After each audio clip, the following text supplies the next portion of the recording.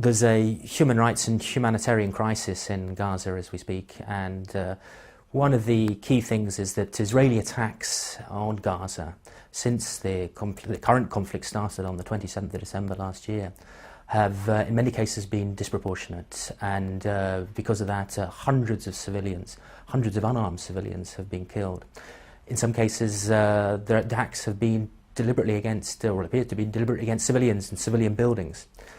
What's more, there's a humanitarian crisis in Gaza, and in many cases this means that people have nowhere to go, they've got nowhere to seek shelter, the borders are closed, food stocks are running thin, and medical supplies are an urgent, there's urgent need for medical supplies.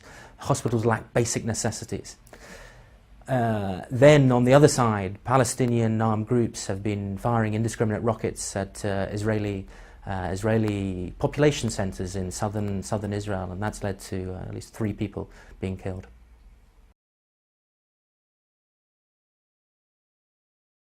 Amnesty International has got a delegation on the ground in southern Israel at the moment.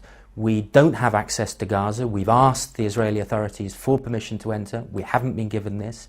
And we're in the same position as many other organisations, human rights, humanitarian organisations, and of course journalists. And that's a serious problem for people for independent reporting on the ground.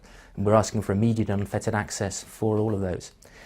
The picture nonetheless that's coming out, and we're in constant contact with people on the ground in Gaza, is of a calamitous situation. And that's, first of all, there are over 850 people in Gaza have been killed so far in the current conflict. Nearly half of those are civilians, and many of those are women and children. Now, in addition, there's a terrible problem with food supplies, and to give one example, there are something like, during the 3-hour lull, which is often broken in any case in the days of fighting, there are sometimes queues of 300 metres for bread. And often people at the back of the queue never get to the front to actually buy the bread they need because the fighting started by the time they get there. The situation in the hospitals is grim, to say the least. Medical supplies aren't getting there, and what's clear is that with the electricity supply so problematic, and generators needed, there isn't enough electricity to actually power the apparatus, the machines that are needed to keep people alive, and as a result people are dying. Situation that we've been following on the ground in southern Israel is where 3 civilians have been killed by rocket fire fired from Gaza, and but at least some 200 have been injured in those rocket attacks as well. Another aspect of all of that is that many people have left their homes.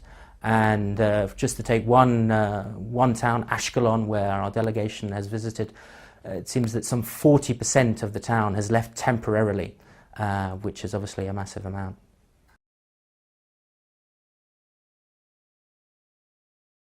Israel, Hamas and other Palestinian groups should immediately cease all attacks against civilians. They need to cease all disproportionate attacks which harm civilians.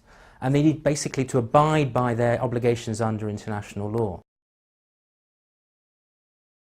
Amnesty believes that there is mounting evidence that both Israel and Palestinian groups have committed war crimes. Mounting evidence.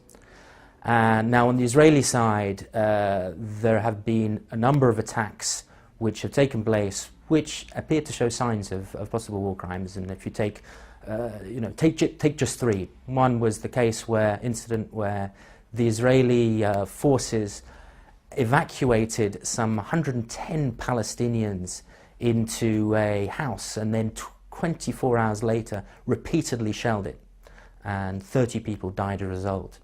Another incident is where the Israeli forces targeted, it appears, a centre where there were civilian police who were not taking part of the hostilities. That's another example. And thirdly, the case in which the Israelis deliberately, it appears, targeted the parliament in Gaza. That's for us a civilian building, and should not have been targeted under international law.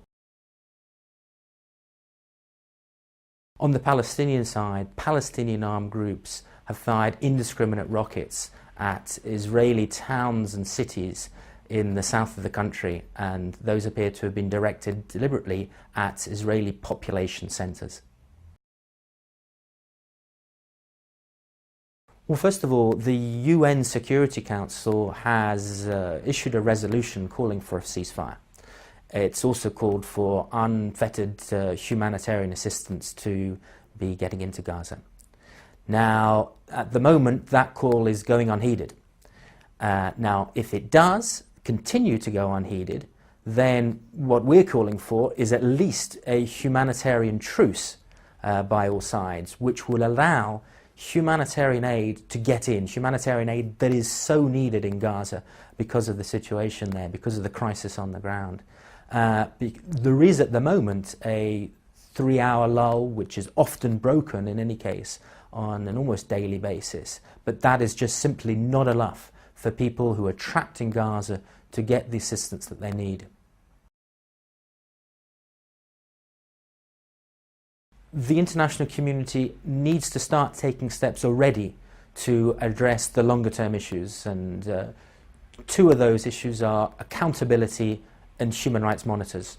First of all, there is mounting evidence of war crimes having been committed, and it is essential that the international community ensures that a mechanism investigates those, that there's an independent and impartial investigation into those crimes, or into the evidence of those crimes, and that those who are responsible are held accountable.